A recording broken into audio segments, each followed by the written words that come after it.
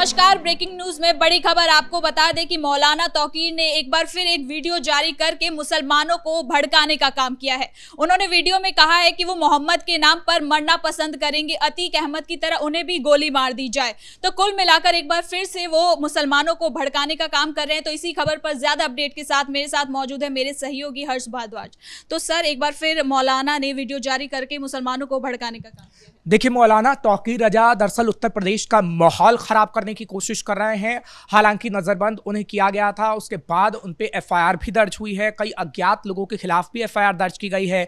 लेकिन मौलाना तौकीर रजा घर में रहकर भी नहीं मान रहे हैं। अब मौलाना तौकीर रजा पर पुलिस के डंडे बरसेंगे। पुलिस पूछताछ करेगी कि कहीं उनका लिंक ऐसी गतिविधियों से तो नहीं है कि जो जानबूझ के मुसलमानों को भड़काने का काम कर रहे हैं। आखिर पीछे से कौन सी ताकत काम करेगी? क्योंकि मौलाना तौकीर रजा बार बार कभी वीडियो जारी करते हैं, तो कभी सड़क पर उतरने का काम करते हैं, तो कभी जानबूझकर ऐसी गतिविधियां कर देते हैं कि उत्तर प्रदेश में माहौल खराब हो। हालांकि योगी सरकार पूरी तरीके से कार्रवाई करेगी और इस वक्त कार्रवाई हो भी रही है, क्योंकि हम उत्तर प्रदेश में खास तौर पर देख रहे हैं, कानपुर हो, बरेली हो या फिर अन्य इलाके हो, आई लव मोहम्मद की आड़ में किस तरीके से दंगा भड़काने की कोशिशें की जा रही हैं। कल भी हमने अपने दर्शकों को खबर बताई थी, जहां पर एक इलाके में, आजमनगर का इलाका था, वहां पर पोस्टर लगा हुआ था और एक छोटे से बच्चे की गेंद आई लव मोहम्मद के पोस्टर पे लग गई थी, तो बवाल हो गया था और मुसलमानों ने हिंदू पक्ष के लोगों से मारपीट भी की थी।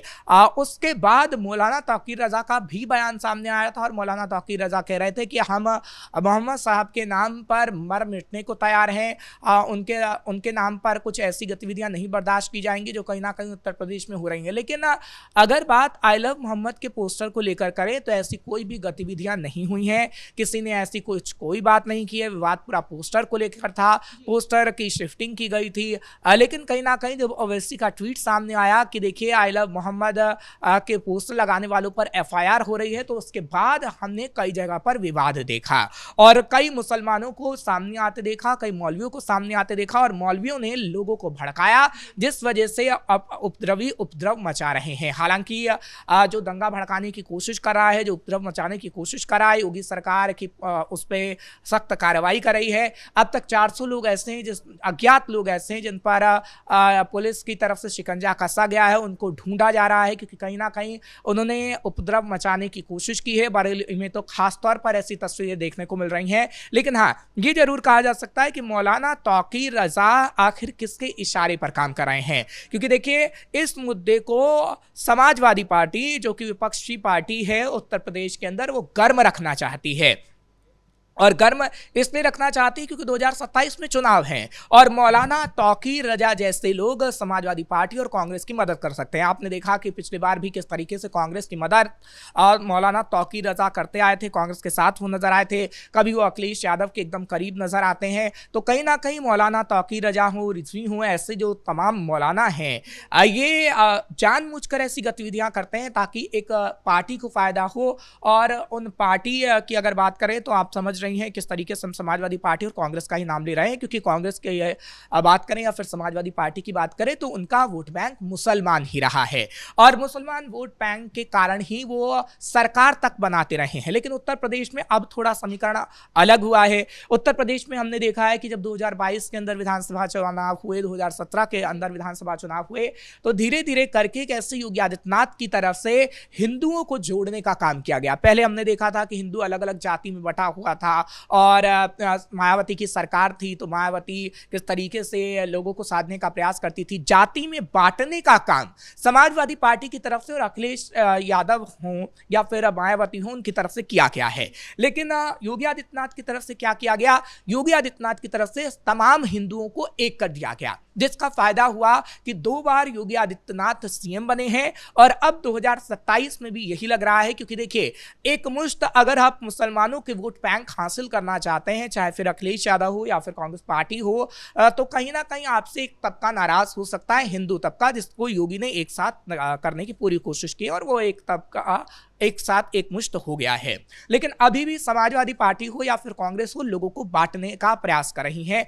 कभी वो दलितों की बात करती हैं कि देखिए दलितों के साथ अत्याचार हो रहा है, तो कभी किसी जाति की बात की जाती है, ठाकुरों की बात की जाती है कि ठाकुरों के साथ अत्याचार हो रहा है। खुद अखिलेश यादव ऐसा करते हुए नजर आते हैं। तो आप समझ सकते हैं कि कैसे लोगों को तोड़ने का प्रयास हो रहा है, लोगों के माइंड में डालने का प्रयास हो रहा है कि देखिए आपके साथ बुरा व्यवहार हो रहा है, आप उस जाति के हैं। भाई आप जाति बता के हमेशा नहीं जीत सकते हैं। अब वो पैटर्न ना कहीं खत्म हो गया है जो आपके पिता के समय चलता था, मुलायम सिंह यादव के समय में चलता था, या फिर बिहार की बात करें तो लालू यादव के समय में चलता था। अब जाति से ज्यादा विकास की बातें होती हैं। चाहे फिर बात उत्तर प्रदेश की करें या फिर बिहार की बात करें, तो वहां पर जब आप जाएंगी तो लोग खास तौर पर विकास के नाम पर ही वोट देते हैं। अब क्योंकि अब की जनरेशन जो है वो समझने लगी है कि कौन सा नेता उनके लिए काम कर रहा है। योगी आदित्यनाथ को आप देख लीजिए, योगी आदित्यनाथ ने 2017 के बाद या 2022 के बाद कितने एग्जाम्पल सेट किए हैं, चाहे फिर वो बुलडोजर एक्शन को लेकर हो या फिर एनकाउंटर को लेकर हो। और वो एक्शन कहीं ना कहीं ऐसा हुआ कि लोगों को लगा कि अब सही सरकार आई है, अब विकास हो रहा है। योगी आदित्यनाथ ने चाहे फिर संभल हो, वाराणसी हो, तमाम ऐसे इलाके हैं, तमाम ऐसे जिले हैं जिसको बेहतर बनाने का प्रयास किया है। और उत्तर प्रदेश में जिस तरीके से इस बार महाकुंभ हुआ है उसने भी ये दर्शाया है कि योगी आदित्यनाथ की उपलब्धि किस तरीके से बढ़ती जा रही हैं। और जब उत्तर प्रदेश में आप जाएंगे, क्योंकि पहले जब आप उत्तर प्रदेश में जाती थी तो आपको सड़कों में गड्ढे हैं या गड्ढों में सड़क है पता नहीं लग पाता था, लेकिन अब उत्तर प्रदेश की स्थिति बहुत अच्छी है। चाहे फिर बात बिहार की करें या फिर उत्तर प्रदेश की करें, स्थितियां बहुत बेहतर है और यही लोगों को पसंद आ रहा है। लेकिन मौलाना तौकीर रजा हो, समाजवादी पार्टी हो या फिर कांग्रेस हो, उनको ये चीजें पसंद नहीं आती हैं और शायद आगे आने वाले समय में भी वो एक नैरेटिव गढ़ने की कोशिश करें।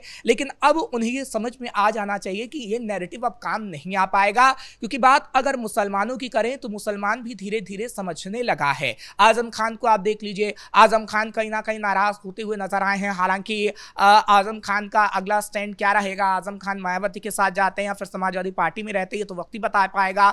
लेकिन कहीं ना कहीं मुसलमानों ने समझा है कि उनके साथ धीरे धीरे धोखा हो रहा है। लेकिन हाँ, अगर एक दूसरी तरफ बात करें, आई लव मोहम्मद की बात करें, जो अभी विवाद चल रहा है, उसकी आड़ में कहीं ना कहीं हुड़दंग मचाने की कोशिश हो रही है और मुसलमानों पर राजनीति करने की कोशिश की जा रही है। उन मुसलमानों को जानबूझकर भड़काया जा रहा है। देखिए, पहले मामला कुछ और था, पोस्टर को शिफ्ट करने का मामला था, लेकिन बता क्या दिया कि देखिए पोस्टर के साथ आपके क्या हुआ, और उसमें पोस्टर लगाने वाले पर एफआईआर हो गई। यानी सोशल मीडिया पर भड़काऊ बयान दिए गए, सोशल मीडिया पर नैरेटिव गढ़ा गया। समाजवादी पार्टी के 3 नेता, हालांकि समाजवादी पार्टी उन नेताओं को अपनी पार्टी से निकाल चुकी है, लेकिन समाजवादी पार्टी में जब वो थे, नदीम अख्तर की बात करते हैं तो गिरफ्तार हो चुके हैं। 2 और नेता की गिरफ्तारी हुई है। यानी समाजवादी पार्टी ने जानबूझकर ऐसी अफवाह फैलाने की कोशिश की कि अफवाह के जरिए कहीं ना कहीं उत्पात मचे, और ऐसा नहीं है कि ये पहली बार हो रहा है। समाजवादी पार्टी की सरकार में भी जानबूझकर ऐसा किया जाता था, हिंदू और मुसलमान को लड़ाया जाता था, ताकि कहीं ना कहीं मुसलमानों को लगे कि मुसलमानों के लिए काम सिर्फ अखिलेश यादव कर रहे हैं, सिर्फ मुलायम सिंह यादव कर रहे हैं। आपने देखा मुजफ्फरनगर का किस तरीके से दंगा हुआ, वहां पर कितने हिंदू ने पलायन किया है, तकरीबन 1000 से ज्यादा हिंदू थे जिन्होंने पलायन किया था, लेकिन अब वो धीरे धीरे वापसी कर रहे हैं। तो आप ये समझ सकती है कि कैसे लोगों को बांटने का प्रयास होता है। और मौलाना तौकीर रजा जो ये काम कर रहे हैं ना, इसके पीछे समाजवादी पार्टी और कांग्रेस का हाथ है, क्योंकि जब उन्हें नजरबंद कर दिया गया, सब कुछ कर दिया गया, एफआईआर दर्ज कर दी गई, तो रात को तकरीबन 10:30 के बाद वो अपने घर से एक वीडियो जारी करते हैं और कहते हैं कि हमें गोली मार दीजिए मोहम्मद के नाम पर। अरे मोहम्मद के नाम पर अतीक अहमद को गोली नहीं लगी थी, या फिर वो माफिया था, सब कुछ था, और जो घटनाक्रम हुआ वो सबने देखा।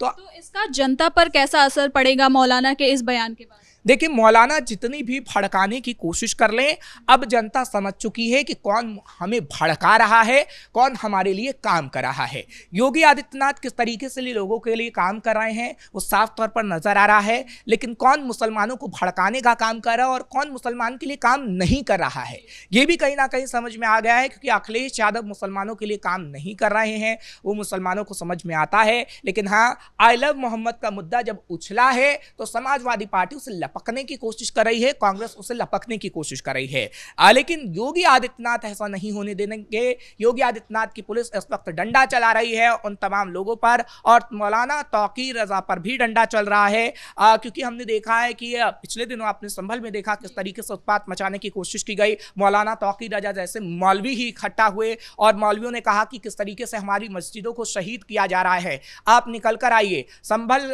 के सांसद जियाउर रहमान पर की तरफ से कहा गया कि हमारी मस्जिदों को शहीद किया जा रहा है। तो इन मौलवियों के पीछे समाजवादी पार्टी का हाथ है। समाजवादी पार्टी की तरफ से जानबूझ के ऐसा किया जा रहा है ताकि उत्तर प्रदेश में दंगा भड़के, लेकिन ऐसा होगा नहीं क्योंकि उत्तर प्रदेश में योगी की सरकार है। तो चुनाव से पहले इसका क्या असर पड़ेगा, सरकार इससे कैसे निपटेगी? देखिए, सरकार अच्छे से निपट रही है, आगे भी अच्छे से निपटेगी, और योगी आदित्यनाथ ने बता दिया है कि किस तरीके से योगी आदित्यनाथ काम करते रहे हैं अपनी मजबूत छवि के साथ, और इसी तरीके से वो आगे भी काम करेंगे।